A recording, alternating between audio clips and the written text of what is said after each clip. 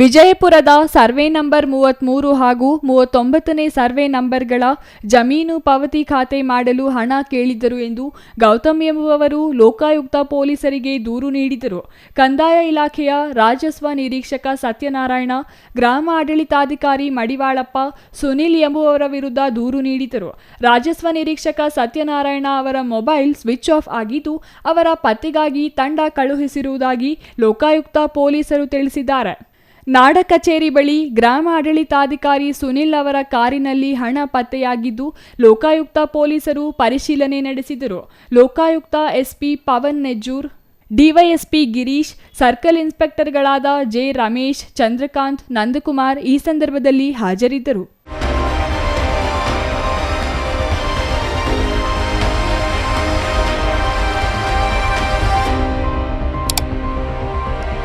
M Muninarayana, CTV news, Vijayapura.